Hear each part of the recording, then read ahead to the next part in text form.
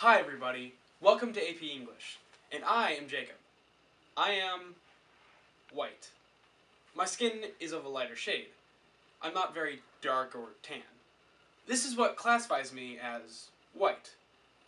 But I also do things that would classify me as, by other people, white. I wear khakis. I drink Starbucks. I'm an Anglo-Saxon Protestant.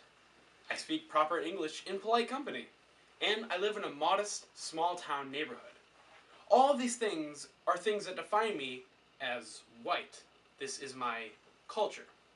Therefore, my race is my culture. So, I am white. And I'm intelligent. Not really a culture shock there. Many people are intelligent. But the fact that I am white, does it have an effect on my intelligence?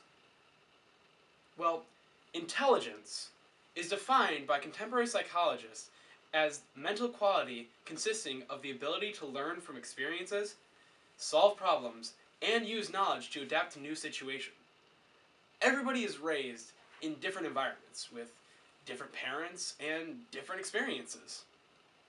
The parents are one of the strongest factors in raising you. Most of the time, we all have relatively the same childhood, with some variations to make us unique.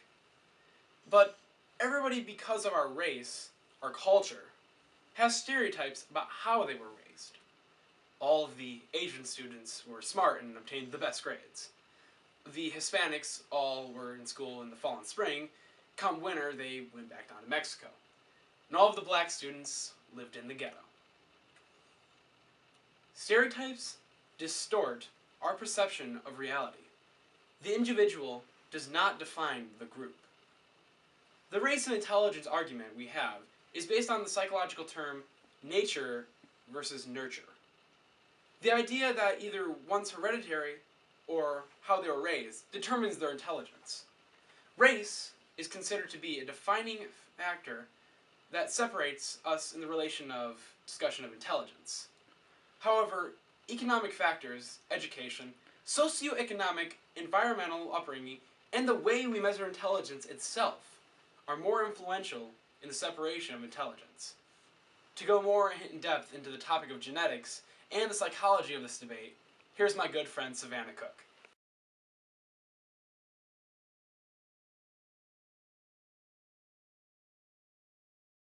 Hi, I'm Savannah, and to go off of what Jake said, the controversy between race and intelligence stems from white America scoring higher than minorities on academic intelligence tests, and East Asians scoring the highest of all the races.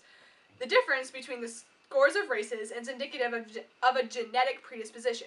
So let's look at the genetic standpoint of intelligence. According to an article by Sarah Williams on sciencemag.org, studies done at King's College in London accredit academic intelligence to genes. They say that there is not exactly a gene per se that promotes intelligence, but other traits that we know have a genetic link promote academic growth.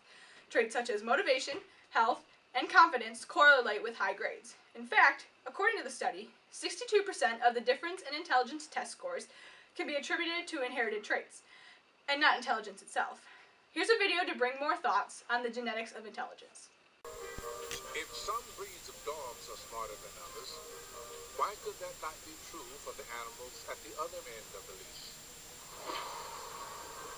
University of Delaware sociologist Linda Gottfredson has been analyzing IQ test scores for the past 2 decades. She claims they reveal a subtle but measurable link between intelligence, genetics, and race. For very complex traits like intelligence, many genes of small effect may push a person this way or that. And they're really, really hard to find. Individual IQs are as diverse as the grains of sand on a beach. But Linda believes there are patterns in this noise. Patterns that depend on our genes. As any parent knows, brothers and sisters look different, they often have different personalities, and they often have different levels of intelligence. Her interpretation of this data has led her to a controversial notion that the genetic differences between races might lead to differences in the average average intelligence of those races. I guess there would be two rules about human diversity. One is that there's lots of variation within all groups, but there's also a gradation between the groups, so that there are recurring and sometimes large average differences between racial ethnic groups. IQ scores in any group of people are spread across a bell curve ranging from a score of about 70 to about 130.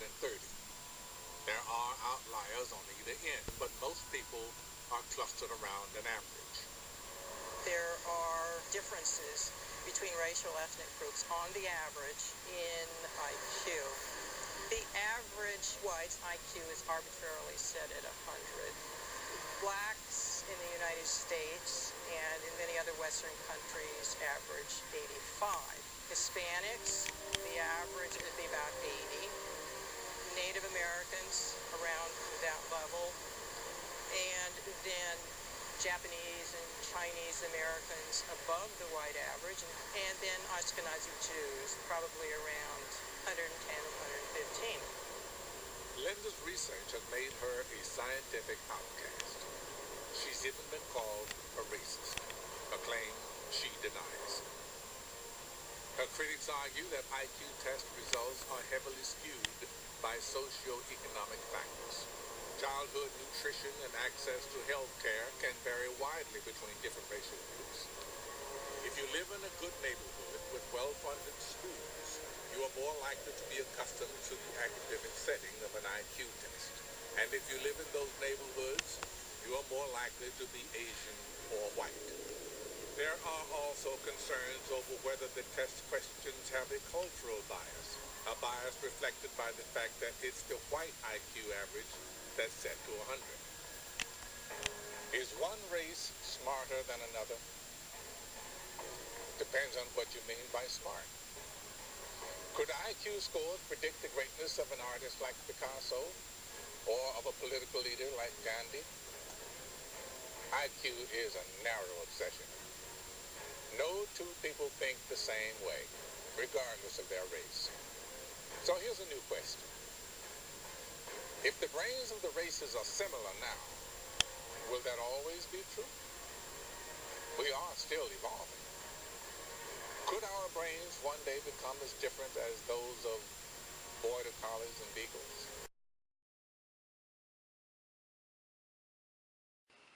Hi, I'm Emily. I'm going to be talking about the nurture aspect of race and intelligence, unlike Savannah, who was talking about the nature aspect. The parents directly affect the student's education. Parents choose very crucial parts of their child's life.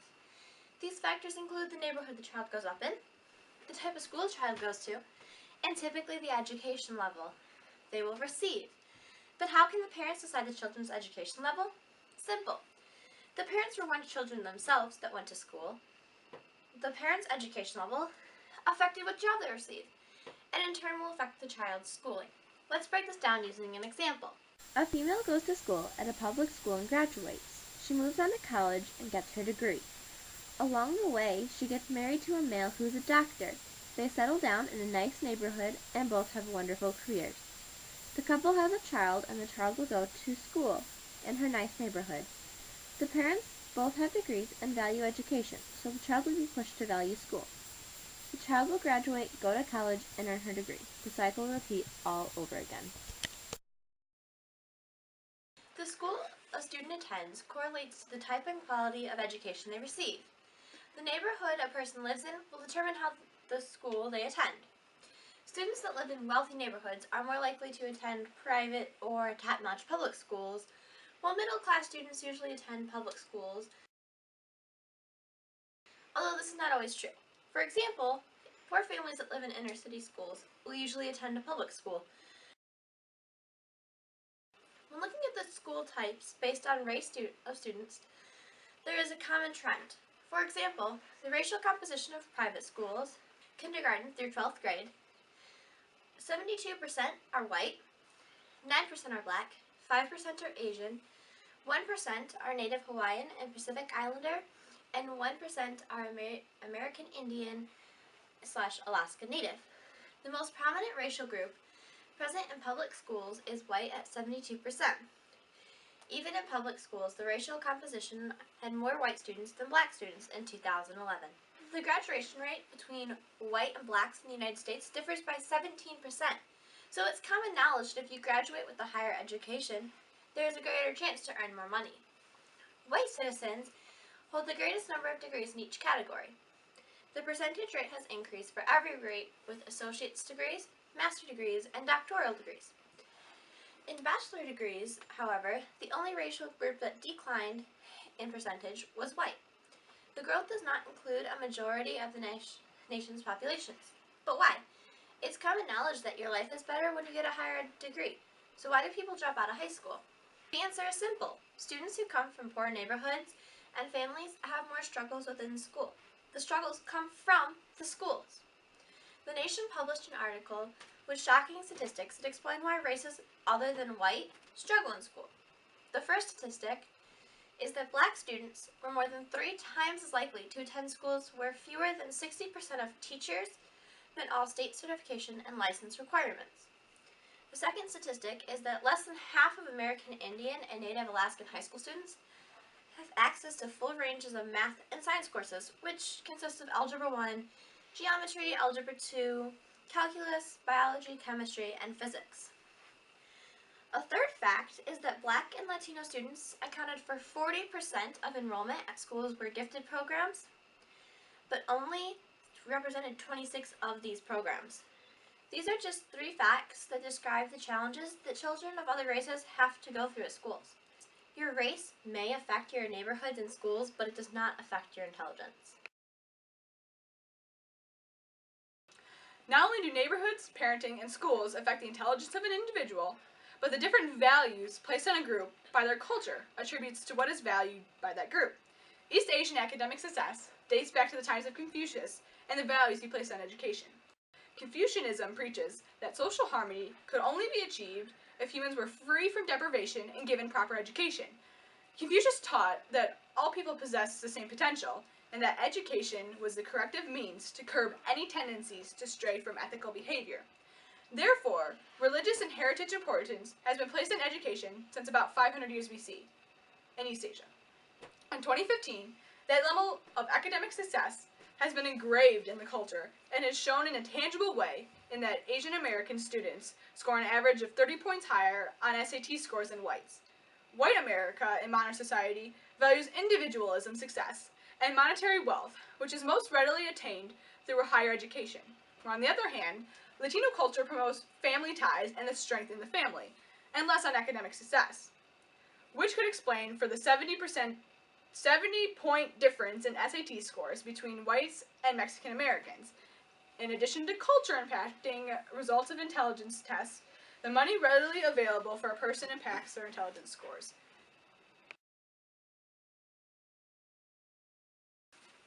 Hi everyone, I'm Kayla, and I'm going to be discussing one of the last points of our discussion, which is education and economy. If the environment we are exposed to is a stimulus for our future well-being, what else besides neighborhoods and schools defines our environment? Our education systems are heavily influenced by the surrounding economy. Therefore, the progression of the economy displays a correlation to the progression and quality of their education systems, and ultimately, the intelligence of the group attending said education systems. But what forms of economy hit us the hardest? Earlier, we discussed the socio-economic cycle from generation to generation, and how nature versus nurture separates race from intelligence. So, does this mean that factors like income and family size could affect the intelligence of our children? Well, indirectly, yes. A family's income can be a contributing factor in where children go to school. Families with lower incomes commonly live in inner city areas, so their children are more likely to attend inner city schools. Families with higher incomes, opposingly, live in wealthier areas, and their children are able to attend better public schools or private schools. In a study done by the Future of Children, the income of families is divided into 4 quartiles. The first quartile, being the lowest average family incomes, can average an income of approximately $27,000 a year. The second quartile has an average family income of $48,000. The third quartile averages $69,000, and the fourth and wealthiest quartile averages $110,000. The study continues to evaluate the average test scores for each quartile and concludes that children from families in the highest quartile have higher average test scores and are more likely to never have been held back a grade than children from families in the lowest quartiles. This creates a complicated map from income to schools to overall intelligence.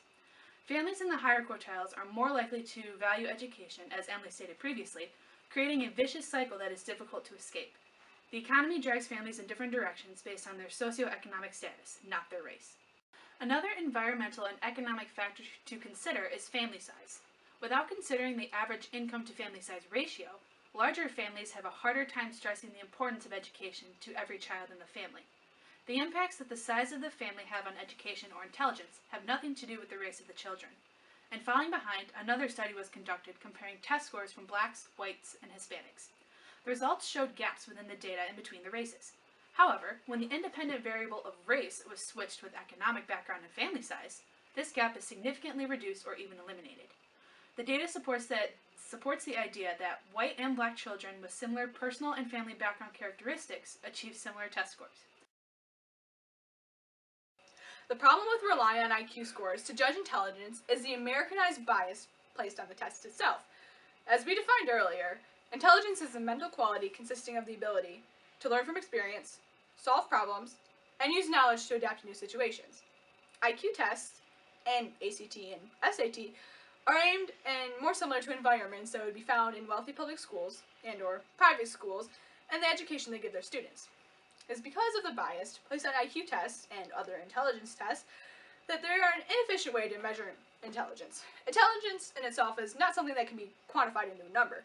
I'm sure if anyone were to figure out how to accurately measure someone's ability to learn from experience, solve problems, while adapting to new situations, they would be a very intelligent person. Therefore, all of the differences we've attributed to the difference in IQ, ACT, and SAT are flawed. Now, to go to our last portion of intelligence and race, here's Jake to talk about the media and how it portrays racial intelligence.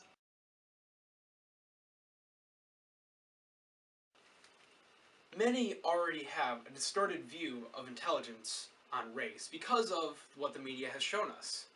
The idea of race has become an institutional part of American society. The media portrays many black citizens as being gangsters or drug dealers, or as unintelligent and belligerent. As a result of such treatment, the media has slowly been crushing youth's expectations of hope and hopes for employment and advancement due to the stereotype of unintelligence. Entertainment that people watch, such as Family Guy or American Dad, can be implicitly meaning to play the race card and purposefully make fun of stereotypes, such as Asians being extremely intelligent.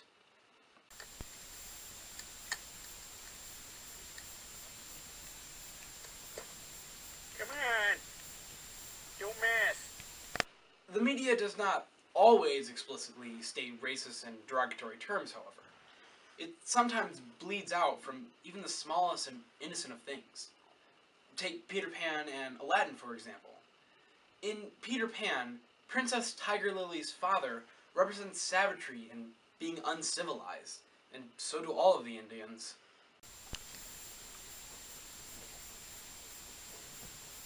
Teach 'em, pale-faced brother, all about Red Man. Good. This should be most enlightening. What makes the Red Man red? When did he first say ugh? Why does he ask you how? Why does he ask you how? Why does he ask you how? What the Indian didn't know, all the things that he know now. But the Indian, he sure learned a lot, and it's all from asking how. We translate for you. Gonna means what gonna means, and gonna means it. Or even in Aladdin, in the opening song, the original unedited sounds like this. I come from a land, from a faraway place, where the caravan camels roam, where they cut off your ear if they don't like your face. It's barbaric, but hey, it's home. I come from a land, from a faraway place. where they cut off your ear if they don't like your face. It's barbaric. But hey, it's home. This plays on the stereotype that Arabs are very violent and barbaric people, giving a representation of their intelligence, which is poor, to say the least. Even in the news, races other than the white majority are represented poorly. The main reason for the inadequate coverage of realistic racial issues or events is because of the lack of interest. It only becomes focused upon when stereotypical fears become real. Riots, violent protests, gang wars in the inner city, and blacks committing serious crimes. All of these are prime examples of things we all see in the news every single day. But research has actually shown that crimes such as homicide, rape, and robbery are only committed by an estimated 8% of black youths. The media alters our perception of blacks because of the smaller events that are blown out of proportion, making many blacks seem as though they were unintelligent, hateful, and in most cases, violent. The media will likely continue to portray a negative stereotype of African Americans being violent and unintelligent. But that does not mean that they represent the whole of the black community. There are intelligent people all around us, despite what race they may or may not be. We cannot rely on the media to determine our opinion on race and intelligence. So, in conclusion, our race has an effect on our culture. We are raised by parents who give unto us their values and beliefs, and we, in turn, raise our children in similar ways. Circumstances do happen where some may not be smart, by the common definition of intelligence. But that does not mean anyone who isn't intelligent, it's because of their ethnicity. So, yes, I am intelligent, and I am white. But that isn't because I am white. Nor does it mean I am smarter than anyone who isn't white. The economic factors, education, and upbringing, and even the very way we measure intelligence are more influential in the separation of intelligence, not race and culture. And as always, thanks for watching.